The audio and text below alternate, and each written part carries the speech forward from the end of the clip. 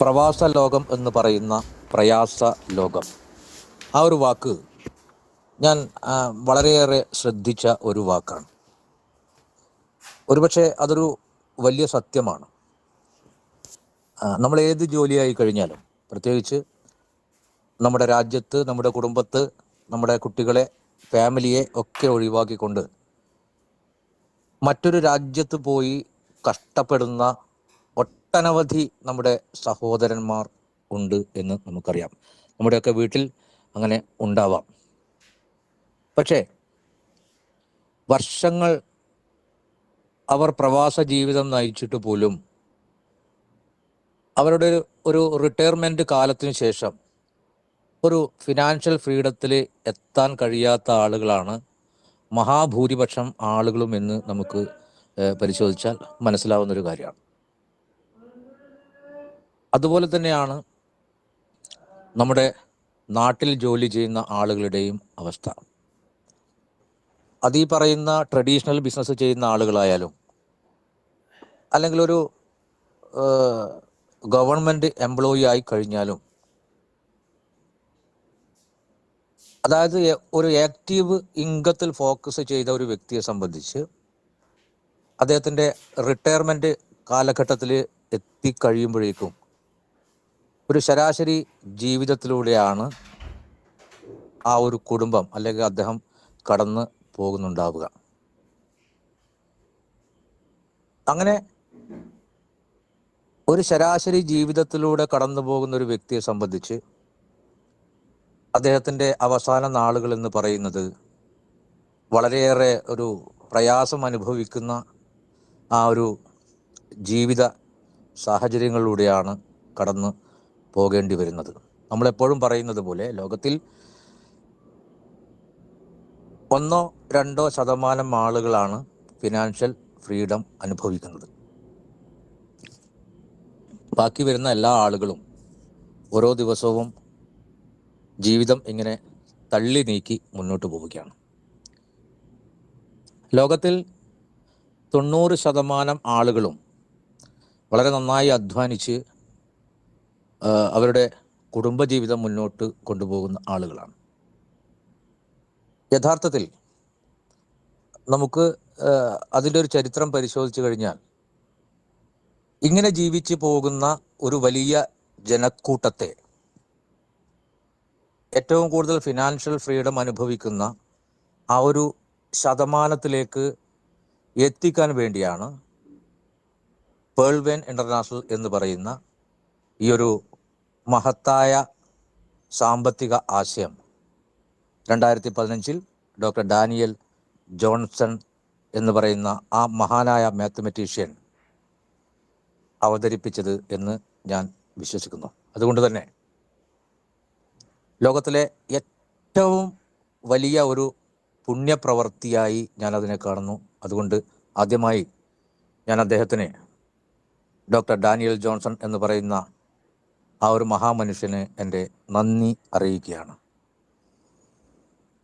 അതുപോലെ തന്നെ ഷാജി കണ്ണൂർ എന്ന് പറയുന്ന, എനിക്ക് ആരോഗ്യവും എനിക്ക് വളരെ നല്ല രീതിയിൽ ജീവിത സാഹചര്യങ്ങളിലൂടെ കടന്നു പോകുവാനുള്ള എല്ലാ അവസ്ഥകളും ഉണ്ടാക്കി തന്ന എൻ്റെ മാതാപിതാക്കൾ, എൻ്റെ സുഹൃത്തുക്കൾ,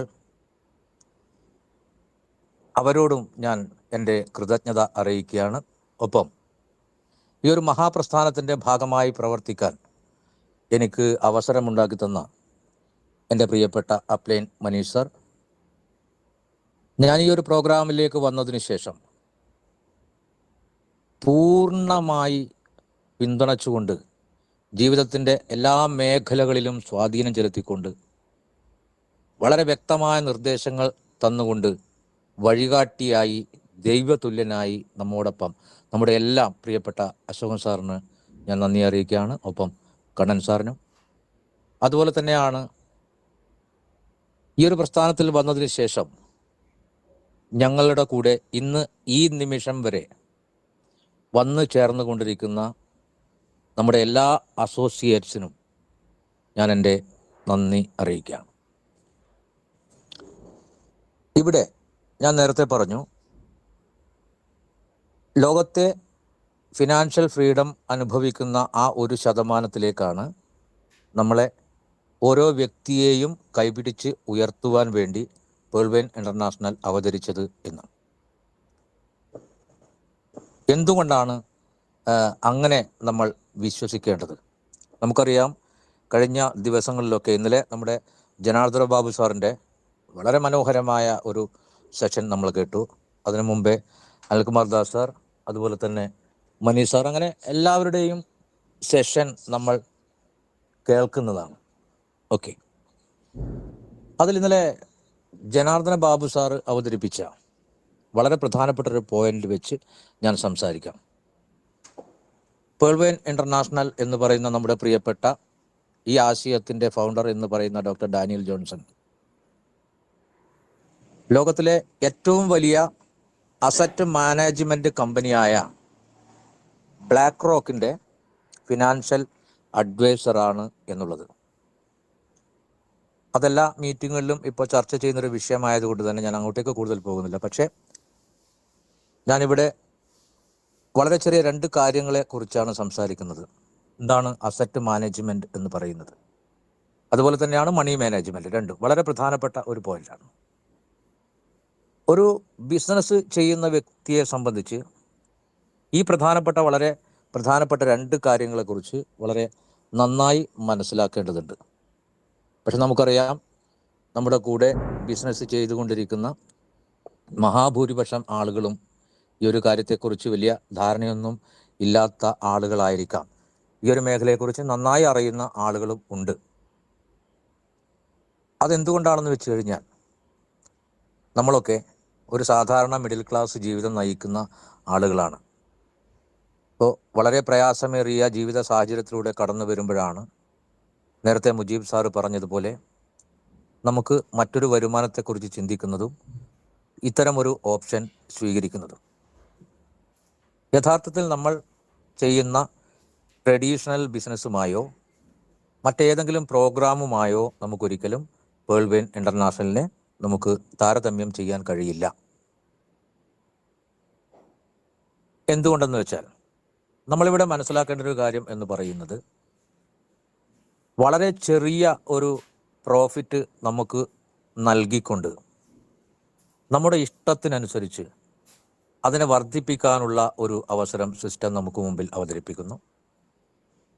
അതുപോലെ തന്നെ ലോകത്തിലെ തന്നെ വളരെ പെർഫെക്റ്റായ, വളരെ ശക്തമായ ഒരു റെഫറൽ മാർക്കറ്റിംഗ് സമ്പ്രദായം നമുക്ക് മുമ്പിൽ അവതരിപ്പിക്കുന്നു. അതുപോലെ തന്നെ നമുക്ക് എത്രയും കൂടുതൽ പണം ഉണ്ടാക്കാനുള്ള സാഹചര്യവും സിസ്റ്റം സൃഷ്ടിച്ചിരുന്നു. ഞാൻ നേരത്തെ പറഞ്ഞ അസറ്റ് മാനേജ്മെൻറ്റ് എന്ന് പറഞ്ഞാൽ അത് വളരെ ലളിതമായി നമ്മൾ പറയുന്നതാണെങ്കിൽ, എന്താണ് അസറ്റ് മാനേജ്മെൻറ്റ് എന്ന് പറയുന്നത്? നമുക്ക് സാധാരണഗതിയിൽ, ഉദാഹരണമായി വളരെ ലളിതമായിട്ടാണ് ഞാൻ പറയുന്നത്, ഒരു അക്കാഡമിക് ലെവലിലുള്ള സംസാരം അല്ല. ഞാൻ മനസ്സിലാക്കിയ അസറ്റ് മാനേജ്മെൻറ്റ് പ്രോഗ്രാം എന്ന് പറയുന്നത്, നമ്മളൊരു ബിസിനസ്, ഏതെങ്കിലും ഒരു ചെറിയ സംരംഭം ആരംഭിച്ചു എന്നിരിക്കട്ടെ. ഉദാഹരണമായി നമ്മളൊരു ടെക്സ്റ്റൈൽ ആണ് ആരംഭിച്ചത്. അവിടെ നമുക്ക് ഒരു 3 ഐറ്റംസ് മാത്രമാണ് പ്രധാനമായി നമ്മൾ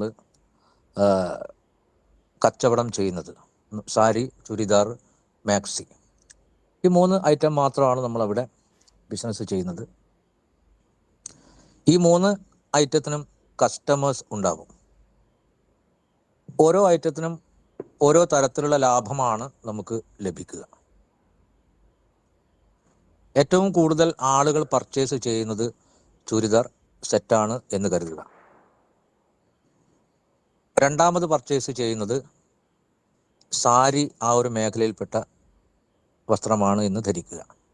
മൂന്നാമതായി ആളുകൾ കൂടുതൽ പർച്ചേസ് ചെയ്യുന്നത് മാക്സി എന്നും കരുതുക. പക്ഷെ ഏറ്റവും കൂടുതൽ പർച്ചേസ് ചെയ്യുന്ന ചൂരിദാറിനേക്കാൾ, അതിൻ്റെ 2ാം സ്ഥാനത്ത് നിൽക്കുന്ന സാരിയേക്കാൾ നമുക്ക് ഏറ്റവും കുറവ് പർച്ചേസിങ് നടക്കുന്ന മാക്സിയിലാണ് ലാഭം കിട്ടുന്നത് എന്ന് കരുതുക. പക്ഷേ സാധാരണ ഒരു ബിസിനസ് പഠിക്കാത്ത ഒരു വ്യക്തിയെ സംബന്ധിച്ച് അദ്ദേഹം ചെയ്യുന്നൊരു കാര്യം എന്ന് പറയുന്നത് ഏറ്റവും കൂടുതൽ വീണ്ടും വീണ്ടും ചുരിദാർ സെറ്റുകളും അതുപോലെ തന്നെ സാരിയും ഒക്കെയാണ് അദ്ദേഹം ബിസിനസ്സിലേക്ക് കൊണ്ടുവരിക. പക്ഷേ അദ്ദേഹത്തിനെ സംബന്ധിച്ച് ഒരു വലിയ വിജയം ആ ഒരു ബിസിനസ്സിലൂടെ ഉണ്ടാവാൻ സാധ്യതയില്ല. കാരണം അദ്ദേഹത്തിന് ഏതിലാണ് കൂടുതൽ പ്രോഫിറ്റ് ലഭിക്കുന്നത് എന്ന് മനസ്സിലാവില്ല.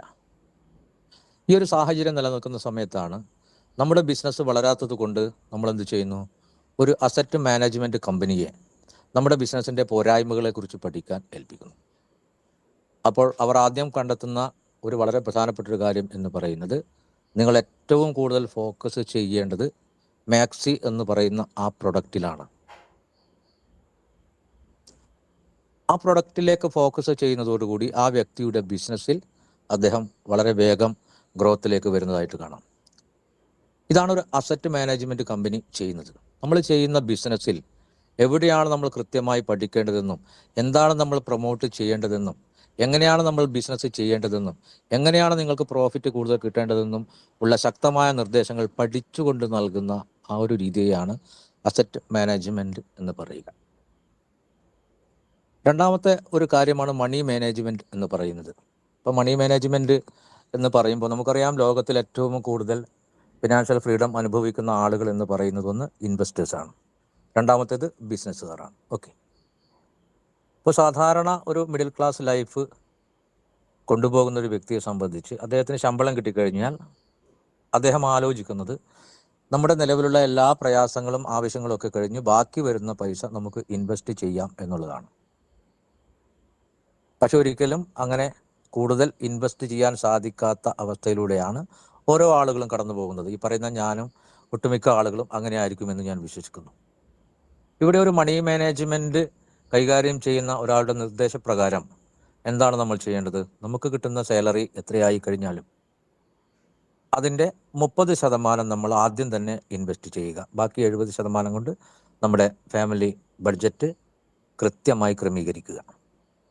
ഇതിനാണ് മണി മാനേജ്മെൻറ്റ് എന്ന് വേണമെങ്കിൽ ലളിതമായി പറയാം. ഈ രണ്ട് കാര്യങ്ങളും ചെയ്യാത്ത ഒരു വ്യക്തിയെ സംബന്ധിച്ച് അദ്ദേഹത്തിൻ്റെ ബിസിനസ്സിൽ അദ്ദേഹം വിജയിക്കുക എന്നുള്ളത് വളരെ വളരെ പ്രയാസപ്പെട്ട കാര്യമാണ്. ഇവിടെയാണ് നമ്മൾ മനസ്സിലാക്കേണ്ടത്, ബ്ലാക്ക് റോക്ക് എന്ന് പറയുന്ന ഒരു അസറ്റ് മാനേജ്മെൻറ്റ് കമ്പനിയുടെ ഫിനാൻഷ്യൽ അഡ്വൈസറാണ് നമ്മുടെ ഡോക്ടർ ഡാനിയൽ ജോൺസൺ എന്ന് പറയുന്നത്. അപ്പോൾ അദ്ദേഹത്തിൻ്റെ കാഴ്ചപ്പാടിൽ ഈ ഒരു ബിസിനസ്സിലേക്ക് കടന്നു വരുന്ന നമ്മൾ ഓരോരുത്തരും വിജയിക്കാനുള്ള എല്ലാ കാര്യങ്ങളും അദ്ദേഹം വളരെ ശക്തമായി നടപ്പാക്കുന്ന ഒരു പ്രോഗ്രാം കൂടിയായിരിക്കും പേൾ വെയ്ൻ ഇൻ്റർനാഷണൽ എന്ന് നമുക്ക് കൃത്യമായി മനസ്സിലാക്കേണ്ടതുണ്ട്. ഇതാണ് നമ്മുടെ ബിസിനസ്സിനെ കുറിച്ച് പറയുന്നതിന് മുമ്പ് പറയാനുള്ള ചെറിയ 1-2 കാര്യങ്ങൾ എന്ന് പറയുന്നത്. ഇനി നമുക്ക് നേരെ നമ്മുടെ ബിസിനസ്സിൻ്റെ BOPയിലേക്ക് പോകാം. ഓക്കെ, ഞാൻ നേരത്തെ പറഞ്ഞു 2015 ഒരു ഇ-കോമേഴ്സ് വെബ്സൈറ്റായിട്ട് പേൾ വെയ്ൻ ഇൻ്റർനാഷണൽ അവതരിപ്പിച്ചു. 156 രാജ്യങ്ങളിലാണ് ഈ ഒരു വെബ്സൈറ്റ് ഇന്ന് നിലവിൽ പ്രവർത്തിക്കുന്നത്. നമ്മുടെ ഈ സിസ്റ്റത്തിന് 6 പ്രൊജക്റ്റുകളാണ് അവതരിപ്പിക്കുന്നത്. ഈ 6 പ്രൊജക്റ്റുകൾ എന്ന് പറയുന്നത്, ഒന്ന് ഡിജിറ്റൽ കറൻസി പ്രോഗ്രാം, രണ്ടാമത്തേത് PVC meta multipurpose NFT token program, മൂന്നാമത്തെ പ്രോഗ്രാം എന്ന് പറയുന്നത് സോഷ്യൽ മീഡിയ, നാലാമത്തെ പ്രോഗ്രാം എന്ന് പറയുന്നത് one world one SIM mobile network, അഞ്ചാമത്തെ പ്രോഗ്രാം എന്ന് പറയുന്നത് ഗെയിമിംഗ് പ്ലാറ്റ്ഫോം, ആറാമത്തെ പ്രോഗ്രാം എന്ന് പറയുന്നത് ഇ-കോമേഴ്സ് ബങ്കി. ഈ 6 പ്രൊജക്റ്റുകളാണ് സിസ്റ്റം നമുക്ക് വേണ്ടി അവതരിപ്പിക്കുന്നത്. ഇതിൽ ആദ്യത്തെ പ്രോഗ്രാം എന്ന് പറയുന്നത് ഡിജിറ്റൽ കറൻസി പ്രോഗ്രാമാണ് എന്ന് നമുക്കെല്ലാവർക്കും അറിയാം. പേൾ വെയ്ൻ ഇൻ്റർനാഷണൽ എന്ന് പറയുമ്പോൾ ആളുകൾക്ക് അറിയുന്ന വളരെ പ്രധാനപ്പെട്ട ഒരു പ്രോഗ്രാമാണ് DP പ്രോഗ്രാം. ഈ DP പ്രോഗ്രാമിലൂടെ സിസ്റ്റം എന്താണ് ചെയ്തത്? ലോകത്തിലെ ഏത് ബിസിനസ്സും വിജയിക്കണമെങ്കിൽ സ്വന്തമായ ഒരു കമ്മ്യൂണിറ്റി വളരെ നിർബന്ധമാണ്. പഴയ കാലങ്ങളിൽ അങ്ങനെയല്ല. നമ്മളൊരു പ്രോഗ്രാം, ഒരു കച്ചവടമോ എന്ത് കാര്യങ്ങളോ ചെയ്യുമ്പോൾ നമുക്ക് അതിൻ്റെ കസ്റ്റമേഴ്സ് എന്ന് പറയുന്നത് അവരുടെ പ്രതീക്ഷയാണ്. അവർ വരും, നമ്മുടെ കച്ചവടം വിജയിക്കും എന്നാണ് എപ്പോഴും ആഗ്രഹിച്ചുകൊണ്ടാണ് പഴയ കാലത്ത് നമ്മുടെ കച്ചവട സംവിധാനങ്ങളൊക്കെ നിലനിന്ന് പോകുന്നത്. പക്ഷേ ഇവിടെ ഇപ്പോൾ നമുക്ക് നോക്കിയാൽ മനസ്സിലാകും, ഓരോ സൂപ്പർ മാർക്കറ്റുകളും മറ്റു കാര്യങ്ങളുമൊക്കെ ആരംഭിക്കുന്നതിന് മുമ്പേ തന്നെ പ്രിവിലേജ് കസ്റ്റമേഴ്സിനെ സൃഷ്ടിക്കാനുള്ള ഒരുപാട് കാര്യങ്ങൾ ചെയ്തുകൊണ്ടാണ് ഒരു പുതിയ കാലത്ത് കച്ചവടം അല്ലെങ്കിൽ ഷോപ്പിംഗ് മാളുകളൊക്കെ ആരംഭിക്കുന്നത്. അതുപോലെ ഇവിടെ ലോകത്തിലെ ആദ്യത്തെ digital currency Pearl Vine International അവതരിപ്പിച്ചപ്പോൾ അതിലൂടെ ഈ ഒരു 6 പ്രൊജക്റ്റിനാവശ്യമായ കമ്മ്യൂണിറ്റിയെ സൃഷ്ടിക്കുക എന്നുള്ളതിലാണ് സിസ്റ്റം വളരെയേറെ ശ്രദ്ധ പുലർത്തിയത്. അങ്ങനെ ഏകദേശം 85 ലക്ഷത്തോളം കസ്റ്റമറെ നമ്മുടെ സിസ്റ്റം ആദ്യം തന്നെ ക്രിയേറ്റ് ചെയ്തു. അതിന് സിസ്റ്റം ഉപയോഗിച്ചൊരു മാർഗം എന്ന് പറയുന്നത് 1 മുതൽ 13 വരെയുള്ള വാലറ്റുകൾ പർച്ചേസ് ചെയ്യാൻ ആവശ്യപ്പെടുകയും അങ്ങനെ പർച്ചേസ് ചെയ്തുകൊണ്ട് നമുക്കൊരു കമ്മ്യൂണിറ്റിയെ വർദ്ധിപ്പിക്കാനുള്ള ഒരു അവസരം കൂടിയാണ് തന്നത്. അപ്പോൾ അങ്ങനെ ചെയ്യുന്ന സമയത്ത് നമുക്ക് പർച്ചേസ് ചെയ്യാൻ ഉപയോഗിക്കുന്ന DP അപ്പോൾ തന്നെ എല്ലാ മീറ്റിങ്ങിലും പറയുന്നതാണ് 8 ലെവലിലും അതുപോലെ തന്നെ ഡയറക്റ്റ് ടൈം കൊടുത്തുകൊണ്ട് സിസ്റ്റം ഒരു കമ്മ്യൂണിറ്റിയെ ക്രിയേറ്റ് ചെയ്തു. അതിനുശേഷമാണ് സിസ്റ്റം നമ്മളിപ്പോൾ എല്ലാവരും ചെയ്തുകൊണ്ടിരിക്കുന്ന വളരെ പ്രധാനപ്പെട്ട PVC meta multipurpose NFT token പ്രോഗ്രാമിലേക്ക് കടന്നു വരുന്നത്. ഇപ്പോൾ നമ്മളെല്ലാവരും ഈ ഒരു പ്രോഗ്രാം ചെയ്യുമ്പോൾ എന്താണ് നമ്മൾ അതിനു വേണ്ടി ചെയ്യേണ്ട വളരെ പ്രധാനപ്പെട്ട 1-2 കാര്യങ്ങളെന്ന് നമുക്ക് പരിശോധിക്കാം. അത് വളരെ പ്രധാനപ്പെട്ട 2 പ്രോസസ്സാണ് seed funding and token farming. ഇവിടെ എന്താണ് സീഡ് ഫണ്ടിങ് എന്ന് പറഞ്ഞാൽ നമുക്കറിയാം പേൾ വൈൻ ഇൻ്റർനാഷണൽ ഒരു ഡിജിറ്റൽ ബാങ്കിങ് സിസ്റ്റമാണ് എന്ന് നമ്മളെപ്പോഴും പറയാറുണ്ട്. ഒരു സാധാരണ ബാങ്കിങ് സിസ്റ്റത്തിൽ ചെയ്യുന്ന വളരെ പ്രധാനപ്പെട്ട ഒരു പ്രോസസ്സാണ് നമ്മൾ ആ ബാങ്കിൽ ഒരു അക്കൗണ്ട് ഓപ്പൺ ചെയ്യുക, ഒരു ഷെയർ ഹോൾഡർ ആവുക എന്നുള്ളത്. അതിനെയാണ് നമ്മളിവിടെ സീഡ് ഫണ്ടിങ് എന്ന് പറയുന്നത്. ഒരു വളരെ പ്രധാനപ്പെട്ട കാര്യമാണ് എന്താണ് സീഡ് ഫണ്ടിങ് എന്നുള്ളത്. അതിനുശേഷം എന്താണ് നമ്മുടെ ബാങ്കിങ് പ്രോസസ്സിൽ നമുക്ക് ലഭിക്കുന്ന കാര്യങ്ങൾ എന്ന് പറഞ്ഞാൽ, ഒന്ന് ലോൺ ഫെസിലിറ്റി, അതുപോലെ തന്നെ ഇൻവെസ്റ്റ്മെൻറ്റ് ഫെസിലിറ്റി. ഈ 2 കാര്യങ്ങളാണ് നമുക്ക് ബാങ്കിൽ നിന്ന് കിട്ടുന്ന സാധാരണ നിലയിൽ ലഭിക്കുന്ന സർവീസുകൾ എന്ന് പറയുന്നത്. അങ്ങനെയാണെങ്കിൽ നമുക്ക് നമ്മുടെ പ്രോഗ്രാമിൽ അതിന് പറയുന്ന പേരാണ് ടോക്കൺ ഫാമിംഗ് എന്ന് പറയുന്നത്. ഓക്കെ, അപ്പോൾ ഈ ഒരു പ്രോഗ്രാമിലേക്ക് ഒരു പുതിയ വ്യക്തി കടന്നു വരുമ്പോൾ ആദ്യം ചെയ്യേണ്ട പ്രവർത്തനം എന്ന് പറയുന്നത് അദ്ദേഹത്തിനെ കൊണ്ട് നമ്മൾ സീഡ് ഫണ്ടിങ് ചെയ്യിക്കുക എന്നുള്ളതാണ്. എന്താണ് നമ്മളതിന് വേണ്ടത്? നമുക്കറിയാം ലോകത്തിലെ ക്രിപ്റ്റോ കറൻസികൾ, ഡിജിറ്റൽ കറൻസികളൊക്കെ ഡീസെൻട്രലൈസ്ഡ് പ്രോഗ്രാമുകളാണെന്നും ആ ഡീസെൻട്രലൈസ്ഡ് പ്രോഗ്രാമുകൾ, ഡെഫി പ്രോഗ്രാമുകൾ ചെയ്യുന്നത് വാലറ്റുകൾ ഉപയോഗിച്ചുകൊണ്ടാണെന്നും നമുക്കറിയാം. അത് നമ്മുടെ ബിറ്റ്കോയിൻ ആയാലും എത്തൂറിയം ആയാലും എല്ലാ കാര്യങ്ങളും ചെയ്യുന്നത് ട്രസ്റ്റ് വാലറ്റ് അല്ലെങ്കിൽ മെറ്റാമാസ്ക് അങ്ങനെയുള്ള വാലറ്റുകൾ ഉപയോഗിച്ചാണ് ഈ ഒരു പ്രോഗ്രാം ചെയ്യുന്നത്. നമുക്കത് പ്ലേ സ്റ്റോറിൽ കയറി ഡൗൺലോഡ് ചെയ്ത് അപ്പോൾ നമുക്ക് ഒരു 12 പ്രൈവറ്റ് കീവേഡ് നമുക്ക് ലഭിക്കും.